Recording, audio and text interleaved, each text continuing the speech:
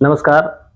मैं राम किंकर पांडे आज पटना प्रवास में हूँ और पटना में आने का मतलब है कि आज निर्मला सीतारमण जी ने बजट पेश किया और बजट के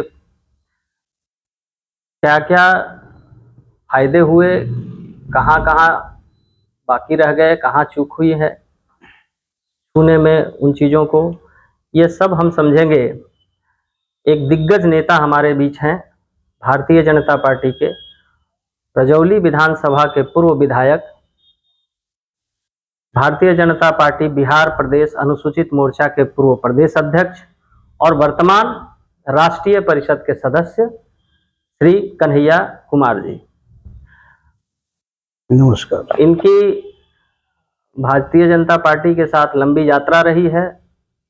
विधानसभा में ये रहे हैं, सरकार के अंग रहे हैं 2010 से 2015 के बीच, और इन्होंने अपने क्षेत्र में एक अच्छी पहचान बनाई, जिसके कारण आज भी वहाँ के लोगों को इनकी कमी खटकती ही है।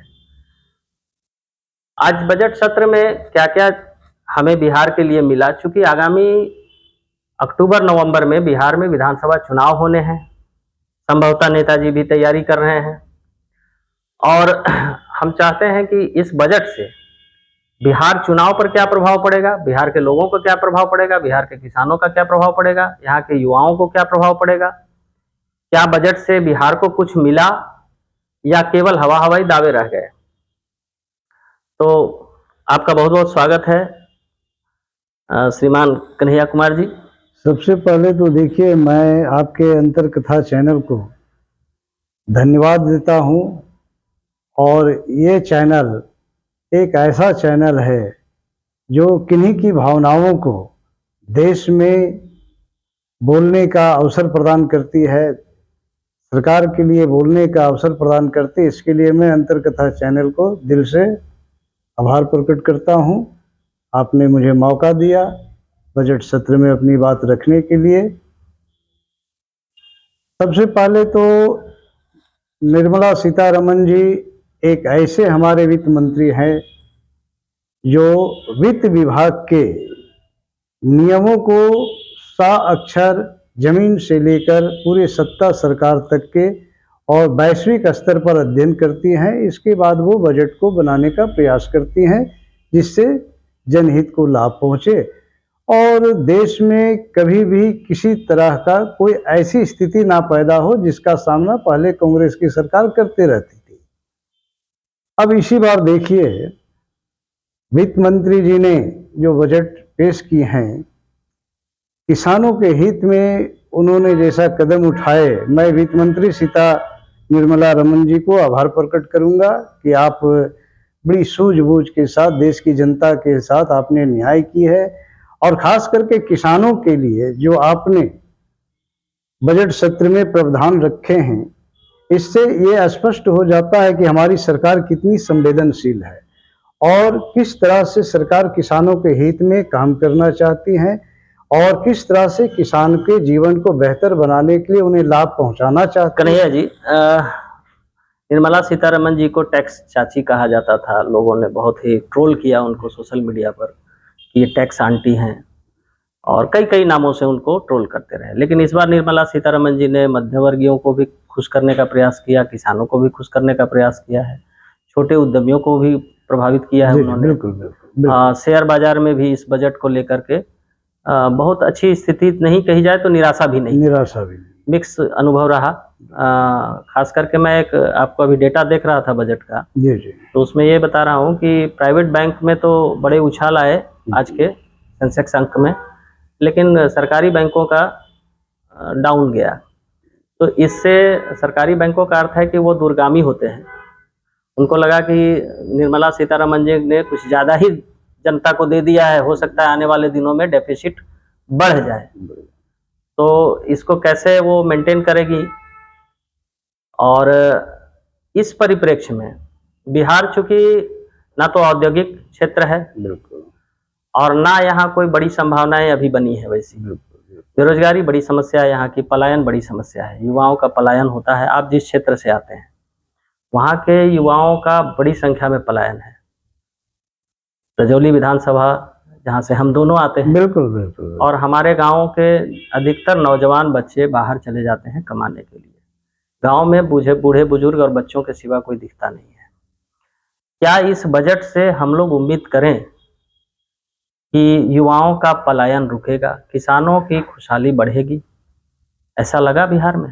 देखिए, किसानों के सवाल पर बहुत अच्छा सवाल आपने पूछा हमसे। अगर हम किसानों के सवाल पर ही इस बजट को लेकर के देखते हैं तो वित्त मंत्री जी का जो निर्णय है कितना कारगर है। आज किसान क्रेडिट कार्ड के माध्यम से सीधा उनको जो पैसे मिलने थे वो डबल कर दिया गया। लगभग डबल हो गया, लगभग डबल हो गया, 3 से 5 हो गया। तो अब वो जिन कार्यों को करना चाहेंगे कृषि के क्षेत्र में, वो सुगमता से कर भी सकेंगे और किसी के अधीन वो हाथ फैलाने की उनकी कहीं कोई दूर तक गुंजाइश दिखती नहीं है। पहला विषय। दूसरा विषय यह है कि किसानों को जिस तरह से प्रधानमंत्री जी ने सम्मान निधि से नवाजा है, इस सम्मान निधि का इम्पैक्ट किसानों पर ये पड़ा है कि किसान ये बात को मान करके चल रहे हैं कि हमें छोटी मोटी कुछ कार्यों को ले करके कहीं पैसे के लिए मोहताज नहीं होना पड़ेगा, और वो उनके आज मील के पत्थर साबित हो रहे हैं। और सबसे बड़ी बात मैं किंकर जी आपसे ये कहूँ कि किसानों में एक आत्मविश्वास की जो कमी हो रही थी पिछली सरकार में, आज उस आत्मविश्वास में बढ़ोतरी हुई है, जिसके कारण आत्महत्या जो किसान लगातार निरंतर थोक के भाव से कर रहे थे उसमें भारी कमी आई है। हाँ, ये मैं कह सकता हूँ कि इक्का दुक्का कहीं हो जाए तो नहीं कह सकते हैं, लेकिन वो सारे जो चल रहे थे महाराष्ट्र का जो क्षेत्र है, वो करीब करीब कवर कर गया और आज किसान अपने आप को बड़ा खुशहाल समझते हैं। खाद बीज के मामले में देख लीजिए, तांते लगे हुए रहते थे, लोग आधी आधी रात को लाइन में खड़े रहते थे, महिलाएं बाल बच्चे काम छोड़ करके नंबर में लगे हुए रहते थे और पता नहीं यूरिया मिलेगा कि नहीं मिलेगा। बिल्कुल। लेकिन आज ऐसी स्थिति नहीं है, उनके टाइम पर यूरिया उनके पास होते हैं। किसी भी खेती को उपजाऊ बनाने के लिए क्षेत्रों में तो सुधार वो माने काफी माने, और अभी तो इस बजट में 3 नए यूरिया प्लांट की भी यूरिया प्लांट का ये करना, अपने आप में ही आत्मनिर्भर करने का बिहार का ये जो सपना है केंद्र सरकार का, वो अब पूरा होते दिख रहा है और बिहार भी महसूस कर रहा है। हाँ, असम को भी अभी एक प्लांट दिया गया पूर्वोत्तर राज्यों के लिए, बड़ा वो काम करेगा। बिल्कुल। तो ट्रांसपोर्टिंग कॉस्ट घट जाएगा जिससे किसान को पूरा का पूरा लाभ मिलने नहीं। ये चीजें तो चलिए लगता है कि संवेदनशील, बिल्कुल बिल्कुल सरकार संवेदनशील है और किसान के लिए काफी बिल्कुल अच्छा लगता है। चलिए ये तो हुआ कि किसानों की बात की। चलिए, किसान के सम्मान निधि भी मिल रहा है, एमएसपी भी ठीक ठाक हो गया है। एमएसपी में भी किसानों का कोई ऐसा विरोध गतिरोध नहीं है। हालांकि एक कमी है जिसको अगर आप लोग देखें कि एमएसपी पे किसान बेचना तो चाहते हैं पैक्स को अपना अनाज, लेकिन चूंकि पैक्स का भुगतान का प्रक्रिया जटिल है, समय काफी लेता है, तो इस वजह से आज भी वो बाजार में बेचने को बाध्य हैं और शायद कम कीमत पर ही बेचने को मजबूर हो जाते हैं। थोड़ा इन पर भी देखा जाएगा तो बढ़िया रहेगा, क्योंकि हर काम तो सेंट्रल से संभव नहीं है, कुछ तो स्टेट लेवल पे होना चाहिए। मैंने रजौली में देखा है कि लोग एमएसपी के पर बेचने के चक्कर में परेशान हो जाते हैं और फिर लास्ट में वो बाजार में ही जाकर दे आते हैं, आढ़तियों को दे आते हैं। तो थोड़ा इस पर आपका भी ध्यान हो, क्योंकि आप केंद्र में भी सरकार में हैं और बिहार में भी सरकार में हैं। और इस पर देखिए, हमारे मुख्यमंत्री जी भी काफी संवेदनशील हैं।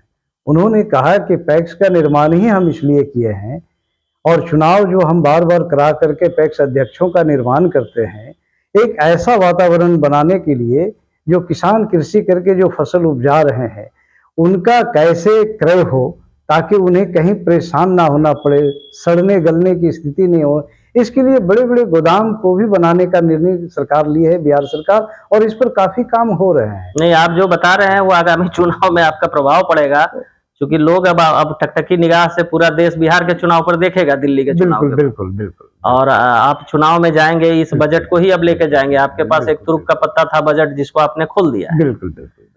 हम दूसरी बात आते हैं पलायन पर। युवाओं का बहुत ही यातायात पलायन हो रहा है, क्योंकि हमारे यहाँ जोतों का आकार छोटा है, हमारे यहाँ चकबंदी नहीं हुई बिहार में, तो किसान के खेत छोटे छोटे हैं। बिल्कुल।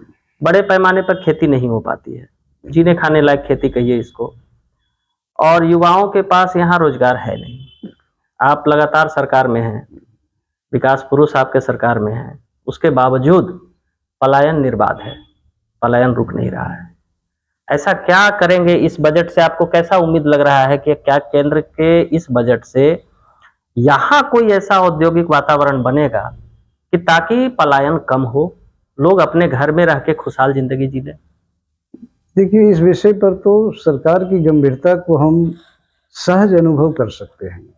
जिस तरह हमारे वित्त मंत्री ने कुटीर और लघु उद्योग के लिए अपनी पूरी संरचना करने के लिए जिस तरह से बजट उन्होंने पेश करके सम्मान दी है, मैं उनको इस पर भी आभार प्रकट करना चाहूँगा कि बिहार जैसे गरीब क्षेत्र के लिए, गरीब राज्य के लिए उन्होंने आंतरिक अध्ययन करके इस बजट सत्र में बिहार के लिए वो प्रयास किए हैं कि लघु कुटीर उद्योग को अगर हमें स्थापित बिहार में करके पलायन को रोकना है, बेरोजगारों को रोजगार से जोड़ना है और आने वाले समय में अगर बेरोजगारी दूर होती है तो लोग बाहर जाने के जो सिलसिलेवार तरीके हैं वो कमेंगे, कुछ कमे भी हैं और आगे भी कमने की संभावना है, जिसके पहल केंद्र और बिहार सरकार एक साथ मिलकर कर रही है। उसमें है कि पहले देखिए ना, एक 10 करोड़ का लोन दिया जा रहा था किसी भी MSME फाइनेंशियल में, स्थिति हाँ, में, आज उसे डबल कर दिया गया है 20 20 करोड़। करोड़ किया गया। तो आप एक सम्मानजनक तरीके से कुटीर उद्योग, लघु उद्योग की स्थापना कर सकते हैं। देखिए बिहार, एक चीज और मैं साफ करना चाहूंगा,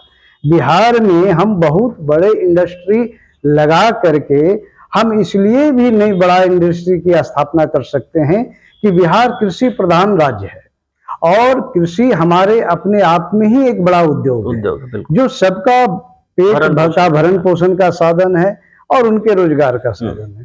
तो ऐसे स्थिति में अगर कुटीर और लघु उद्योग जहां 10 करोड़ से 20 करोड़ हो गया, तो ऐसे जो वित्त मंत्री के द्वारा एक सम्मानजनक एक माने राशि दी जा रही है, इससे कुटीर लघु उद्योगों का यहाँ स्थापना होने का एक प्रक्रिया सहज सी हो जाएगी और एक आत्मविश्वास भी लोगों में जगेंगे, जिसके कारण जब कुटीर लघु उद्योग यहाँ खुल जाएंगे तो गरीबों के काम भी मिलेंगे, रोजगार भी मिलेंगे, जो जिस चीज के जानकार होंगे उनके अनुसार उनका रोजगार का स्थापना होगा।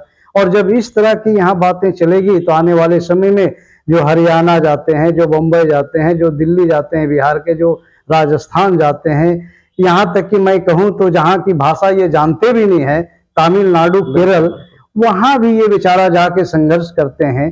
तो इससे जद्दोजहद करने की जरूरत नहीं पड़ेगा। आने वाले समय में केंद्र सरकार, बिहार सरकार इस काम के लिए कर रहे हैं प्रयास। तो 1 साल का समय लगभग अभी बचा है, अगर माहौल बने तो संभवतः उसका लाभ आपको शायद चुनाव में भी मिल सकता है। बिल्कुल बिल्कुल, सरकार बहुत संवेदनशील है, इसमें कहीं दो राय नहीं है।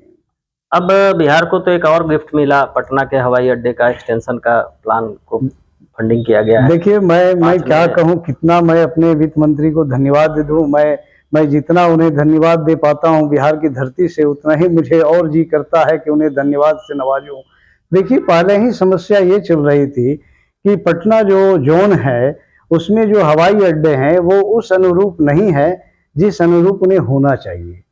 आज भी बोइंग जो प्लेन है वो यहाँ उतरना बड़ा कठिन होता है। इस परिस्थिति में बड़े प्लेनों का जब आदान प्रदान नहीं होंगे, जब यहाँ का आगमन और प्रस्थान और नहीं होंगे, तो फिर निश्चित तौर से यहाँ का जो व्यवसायिक कमर्शियल जो स्थिति है वो कभी आगे नहीं बढ़ पाती है। और जिसके कारण उन्होंने यहाँ माने जो आप बोले हैं कि ये पटना को तो सौंदर्यीकरण प्लस उनका विस्तारीकरण भी जो उन्होंने बड़ा गंभीरता से लिए हैं, ये तो सम्मान सीधा पटना राजधानी को मिला और बिहार की धरती पर बिहारवासी को गौरवान्वित किया गया है, ये तो साफ दिखता है। चलिए, इस बार धन्यवाद दे रहे हैं आप। और इसके अलावे भी बहुत सारे हमारे हवाई अड्डे बन रहे हैं और जो इस बात का परिचायक है कि आने वाला समय में बिहार भी ऐसे स्टेट के दर्जा में आ जाएंगे जहां हवाई अड्डे और हवाई यात्रा करना सहज और सुलभ होगा, और जो इसी सरकार में, एनडीए की सरकार में ही संभव हो पा रही है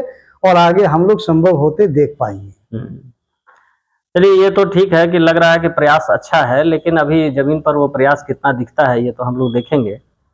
जलमार्ग की भी आपके यहाँ संभावना बहुत है, क्योंकि गंगा जैसी बड़ी नदी बंगाल से और उत्तर प्रदेश से आपको जोड़ती है। अगर जलमार्ग के विस्तार को आप प्रयास करें कि उस पर भी काफ़ी काम हो तो काफ़ी सस्ते में लॉजिस्टिक प्रॉब्लम सॉल्व हो जाएगा। देखिए, जहाँ तक के जल मार्ग जो आपने शब्द का चयन किया, ये बिहार के लिए ही बड़ा ही दूर की कौड़ी और कभी ना संभव ये कार्य हो, ऐसा बिहार वासियों के दिल और स्मरण में स्थापित हो चुका था। लेकिन जब एनडीए सरकार बनी और गरीब का बेटा हमारे देश के प्रधानमंत्री आदरणीय नरेंद्र मोदी जी बने, तो उन्होंने प्रथम बार ही शपथ ग्रहण समारोह में जाने से पहले पार्लियामेंट को नमन करते हुए कहा था कि ये सरकार गरीबों को समर्पित है। तो इसमें एक चीज ये हम महसूस कर सकते हैं कि उन्होंने ना किसी जाति का नाम लिया, ना किसी संप्रदाय का नाम लिया, ना किसी धर्म का नाम लिया, ना किसी बैकवर्ड और फॉरवर्ड और पिछड़ा अति पिछड़ा दलित का नाम लिया। उन्होंने मूल भाव से कहा कि ये गरीब के सरकार होगी और ये गरीब को समर्पित होगी। तो प्रधानमंत्री जी की भावना को हम लोग समझे। जहां तक कि आप जल मार्ग की बात किए, आज देख लीजिए, आज मेरीन ड्राइव भी हमारे पास है। आप देख लीजिए, आज बड़ी बड़ी जहाजें जो आया करती नहीं थी, आज उनके लिए प्लेटफॉर्म बन रहे हैं, जहां पर वो बंदरगाह के रूप में आएंगे और लगेंगे और उन्हें आने का जाने का पुख्ता इंतजामात होगा। और यही नहीं, बल्कि आपके हावड़ा से, हल्दी घाटी से, हल्दिया से चल करके पटना होते हुए लखनऊ तक जाने का जो रास्ता, सुगम रास्ता है, ये हमारे प्रधानमंत्री जी ने बना करके अपने पूरे संरचना को, बिहार सरकार को उतारने के लिए हर संभव बातें और आदेश निर्गत कर चुके हैं। और वहां पर जो प्रावधान आएंगे उसे केंद्र सरकार हटाने के लिए भी संकल्पित है। इसलिए हम जीवन भर सड़क मार्ग से गए बहुत सारे जगहों पर, उसके बाद वायुयान के द्वारा गए, लेकिन अब ये सौभाग्य बिहार की जनता को मिलने जा रही है कि हम जल मार्ग को भी अपने संसाधन समझ करके प्रयोग करेंगे और जल मार्ग का यात्रा भी करेंगे। और जल मार्ग सिर्फ यात्रा के लिए ही नहीं, भारी भारी जल जहाजों का वाहन को लाना, माल की ढुलाई, और बहुत कम किराए में, कमर्शियल बहुत कम किराए में आप जब बड़े बड़े उत्पादक और बड़े बड़े रॉ मटेरियल को बिहार जब लाने में सक्षम होंगे, तो आप वो दिन को भी याद करिए कि प्रधानमंत्री जी और वित्त मंत्री जी का जो विजन है और हमारे बिहार सरकार के मुख्यमंत्री जी का जो विजन है, ये दोनों के तारतम्य इतना मिले हुए हैं कि तभी तो हम लोग कहते हैं डबल इंजन की सरकार हमेशा आगे बढ़ती है। नहीं, ठीक है, उम्मीदें तो बहुत होती हैं, लेकिन चूंकि धरातल पर सरकारें उतना उतार नहीं पाती हैं। समस्या चाहे जो भी रहे, व्यवस्था उनके अनुकूल नहीं मिल पाती है या ब्यूरोक्रेसी उनको अड़चन लगाती है। क्या होता है ये तो आप ज्यादा समझेंगे, क्योंकि आप सरकार में सीधे हैं। बिल्कुल। रजौली की बात बताइए। देखिए, रजौली में तो आप जान ही रहे हैं कि मैं 5 साल 2010 से 15 तक एमएलए रहा। मैंने अपने समझ से अपने समस्त परिवारों का, जो रजौली वासी हैं, मैं मान करके चलता हूं कि वो हमारे परिवार हैं, और उन परिवारों की विकास और उन परिवारों को सारे जो मौलिक संसाधन है प्राप्त हो, इन सारे विषयों पर हमने अपना जी तोड़ मेहनत करके काम किया। जब लगातार 15 साल से आप वहाँ नहीं है, क्या कारण है? नहीं, मैं 10 साल से नहीं हूँ। भाजपा नहीं है? हाँ, आप मतलब भाजपा? हाँ, 10 साल से नहीं हूँ। नहीं, आप व्यक्तिगत 10 साल से नहीं है, भाजपा वहाँ 15 सालों से नहीं है। नहीं, पिछले में तो 15 तक आप रहे हैं। 15 तक रहे। 10 सालों से 10 साल से नहीं हूँ।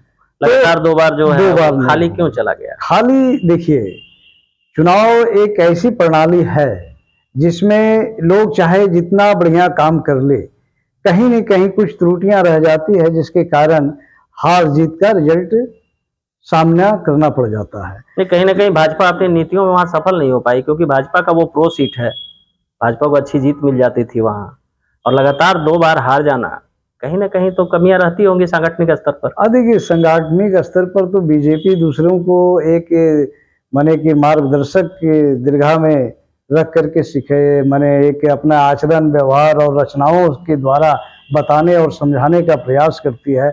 हमारी पार्टी ने काफी मेहनत कन्हैया जी, एक चीज और खटकता है क्या कि बिहार लोकसभा में भाजपा को बहुमत देती है, देता है ये, पूरा स्टेट देता है, बिल्कुल आपको बढ़त मिलता है। बिल्कुल। इस बार तो सरकार ही बिल्कुल कहिए बिहार ने बिल्कुल बनाया। बिहार ने बनाया। अगर बिहार बिल्कुल, उत्तर बिल्कुल, प्रदेश की तरह बिहार ही बनाया अच्छा खा जाता तो फिर बड़ा तो आप तो मुश्किल सत्ता था। से दूर ही हो गए हाँ, थे। बड़ा मुश्किल था। लेकिन बिहार ने आपको फिर से सत्ता में हाँ, दिलाई, बिल्कुल, बिल्कुल। इससे बड़ी बात है। फिर भी हाँ, भारतीय जनता पार्टी में नेतृत्व क्यों नहीं उभर रहा है? लंबे समय से देख रहे हैं, 25-30 सालों से ये देख रहे हैं कि चलिए राजद की जब वो सत्ता थी, वो जातिवाद की बात थी चलती, वहां वो समझ में आ रहा था कि उस समय भाजपा को कठिन समय था।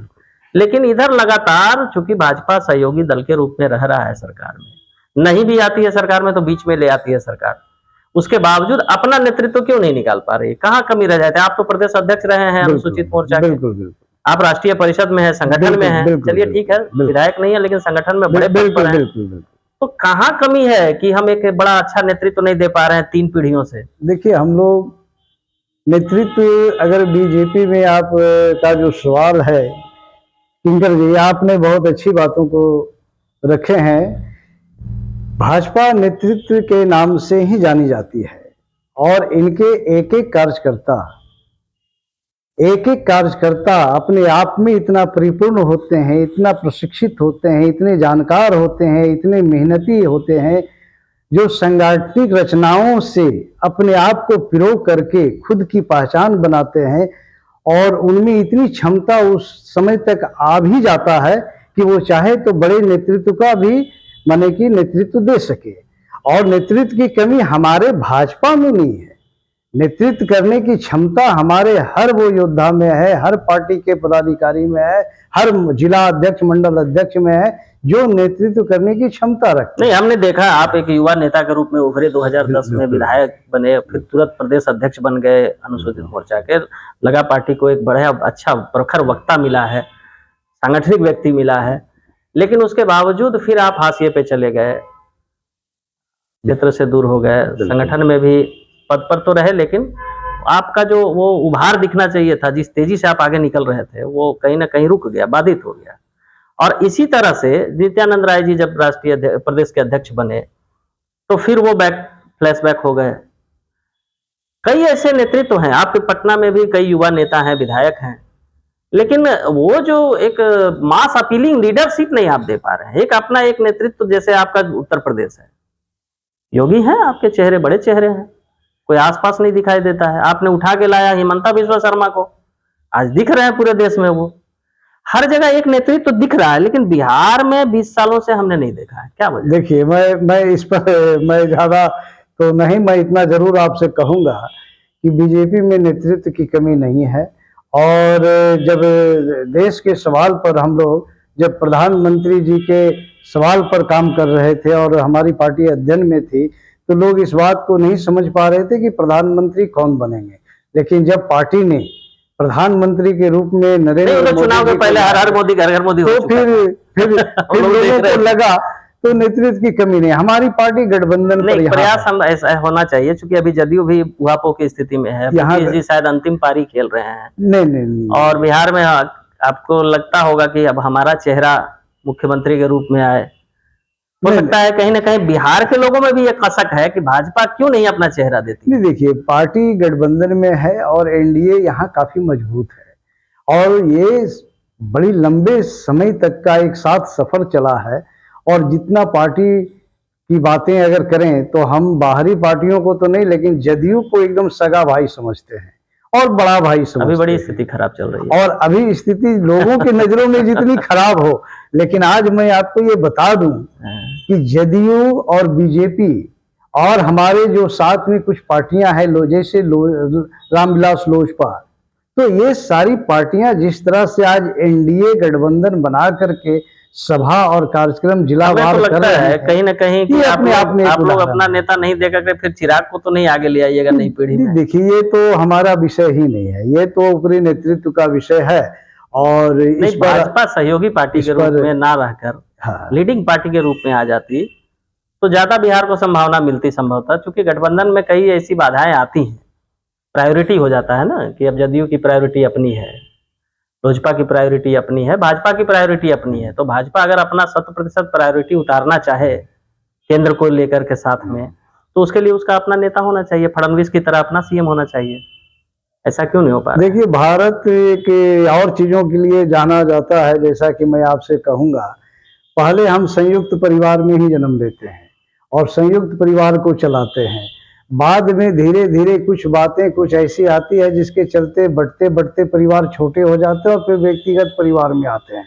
तो वर्तमान परिवेश में मैं ये कह सकता हूँ कि बिहार में संयुक्त परिवार है और संयुक्त परिवार के मुखिया कौन हमारे होगा नहीं कह मुखिया सकते। नहीं, हमारे मुखिया कौन होंगे ये तो पार्टी नहीं तय सकते। करेगी, लेकिन संयुक्त परिवार हम लोग चलाने में सक्षम है।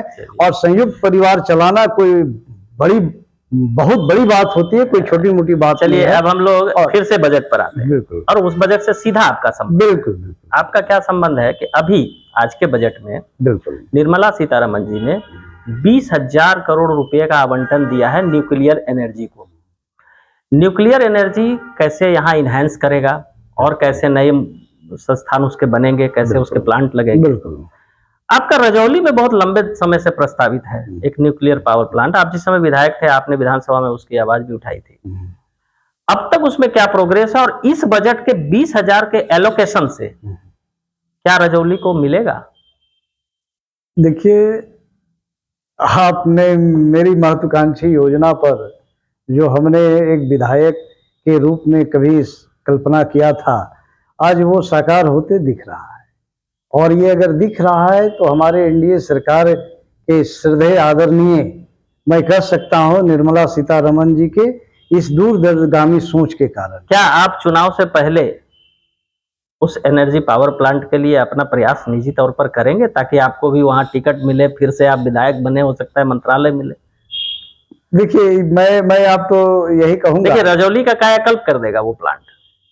देखिए हमारी जो उस समय जो बातें आई थी मेरे संज्ञान में, मेरे सोच में, मेरे विचारों में, वो स्पष्ट ये था कि लंबे समय तक हमारे रजौली विधानसभा में कोई ऐसा क्षेत्र नहीं है, उद्योग के क्षेत्र हो चाहे कोई कंपनी हो, ऐसा नहीं है जिसके कारण बेरोजगारी को रोका जा सके। तो ये न्यूक्लियर पावर प्लांट के लिए फुलवड़िया जलाशय को हमने न्यूक्लियर पावर प्लांट के लिए अपने असेंबली क्वेश्चन में डाला था।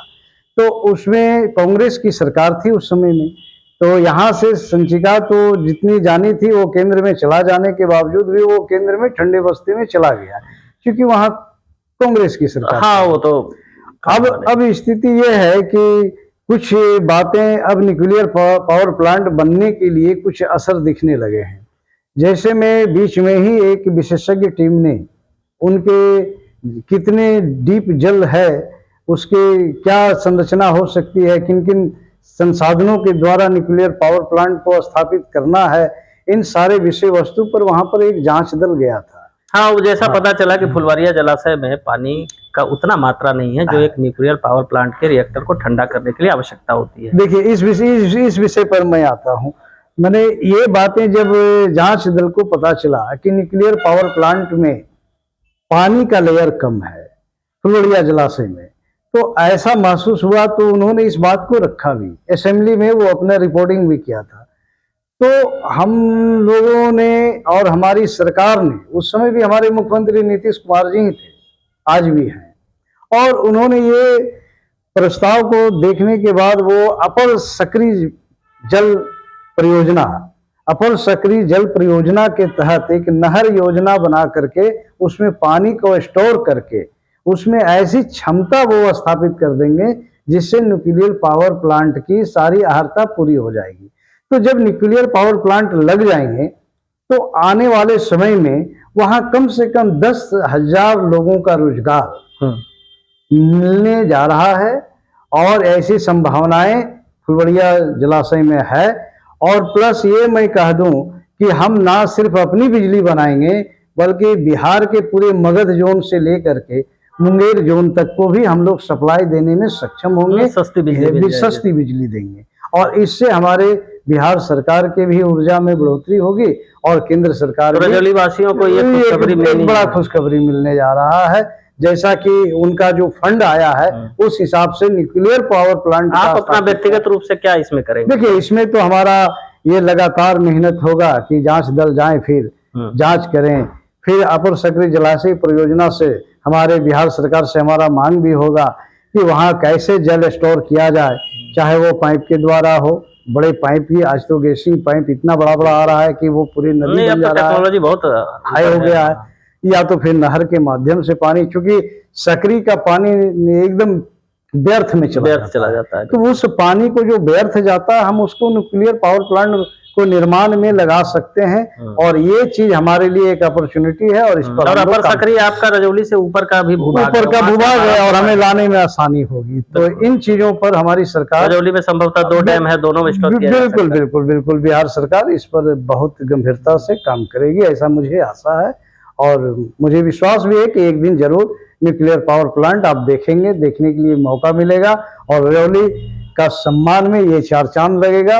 और आने वाला समय न्यूक्लियर पावर प्लांट अगर बिहार में कहीं है तो वो नाम रजौली आएगा। चलिए, रजौली आपका बॉर्डरिंग क्षेत्र है झारखंड का, और अगर वहाँ डेवलपमेंट होता है तो आपको झारखंड का भी लाभ मिलेगा। लेकिन ऐसा है कि अभी तत्काल भारतीय जनता पार्टी लगातार सत्ता में है, एंटी इनकम्बेंसी फैक्टर आ जाता है लगातार सत्ता में रहने से, क्योंकि मोदी जी पर भी एंटी इनकम्बेंसी इस बार काम हो गया। कहाँ तक लग रहा है कि आप सरकार में वापसी करेंगे? देखिए, एंटी कम्बेंसी एक ऐसा पार्ट है, जब सरकार बनती है और सरकार अपने सत्ता के गलियारों से मदहोश होकर के गरीबों के हितों को जब भूल जाती है, तो एंटी कम्बेंसी का निर्माण हो जाता है। लेकिन एनडीए सरकार में ऐसा कोई मैंने महसूस नहीं हुआ। जैसे आप ले लीजिए, हमारे यही मैंने बिहार सरकार को ही ले लीजिए। बिहार सरकार के कार्यकाल में आप रोड देख रहे हैं, फ्लाईओवर देख रहे हैं, ओवर ब्रिज देख रहे हैं, अच्छी सड़कें देख रहे हैं, और जितने भी संस्थान हैं, आप बिल्डिंग जो देख रहे हैं, एक से एक जो हमारे स्वास्थ्य केंद्र बने हैं, एक से एक जो हमारे मने अनुमंडल अस्पताल बने हैं, और इस तरह के जितनी संरचनाएं, मूलभूत सुविधा जो जनता का है, आज अगर मिला है तो एनडीए सरकार में मिला है। तो इन चीजों को लेकर के जनता में एंटी कम्युनेंसी अगर आ भी जाती है, किसी कारण से अगर कृत्रिम एंटी कम्युनेंसी का जन्म भी दिया जाता है, निर्माण भी किया जाता है किसी के माध्यम से, विरोधी के माध्यम से, तो उनके पास विकल्प क्या है? क्योंकि उन्होंने देखा है 15 साल की सरकार को, जिस समय हम तो नहीं बोले थे, हम में से कोई नहीं बोला था। अगर किसी ने उन्हें जंगल राज कहा तो हमारे हाई कोर्ट ने कहा, सुप्रीम कोर्ट ने कहा, कोई पब्लिक ने तो जंगल राज कहा हम सुधर गए हैं। नहीं, सुधर गए। आपका 15 साल का कार्यकाल को देखने के बाद, और आपके फिर बीच बीच में सरकार में आ जाने के बाद के कार्यकाल को देखने के बाद आप कितना सुधरे हैं, ये जनता मुआयना कर रही है। और उसी मुआयने के तहत आपका प्रभाव जनता से अलोप होता जा रहा है। और आने वाले समय में आरजेडी भले ये सोच करके चले कि हम कभी सरकार में आएंगे, लेकिन ये दूर की कौड़ी है। जब तक जदयू और बीजेपी और हमारे राष्ट्रीय रामविलास लोजपा जो हैं, ये जब तक हम लोग सारे टीम एनडीए शामिल हैं, तब तक तो यहाँ एनडीए की सरकार बनेगी, और दूर तक के आपको यूपीए की सरकार आने वाली नहीं है। चलिए, ये थे हमारे पूर्व विधायक रजौली विधानसभा क्षेत्र से, और ये राष्ट्रीय परिषद के सदस्य भी हैं, काफ़ी अच्छे प्रखर वक्ता भी हैं, काफ़ी समझ रखते हैं राजनीतिक बिंदुओं पर। देखते हैं इस बार इस बजट का आगामी बिहार विधानसभा के चुनाव पर क्या असर होता है, और हम आपको आगामी चुनाव के लिए शुभकामनाएं देते हैं कि आप बिल्कुल धन्यवाद जीते, ताकि आपका फिर से वो जो पेंडिंग वर्क है वो आगे बढ़े। रजौली विधानसभा में बहुत बड़ा पलायन का एक विषय रहा है। यदि अगर ये धरातल पर उतरता है किसानों की समस्या और औद्योगिक विकास की समस्या में, तो संभवतः बिहार को भी फायदा होगा और युवाओं को भी फायदा होगा। बहुत बहुत धन्यवाद। नमस्कार।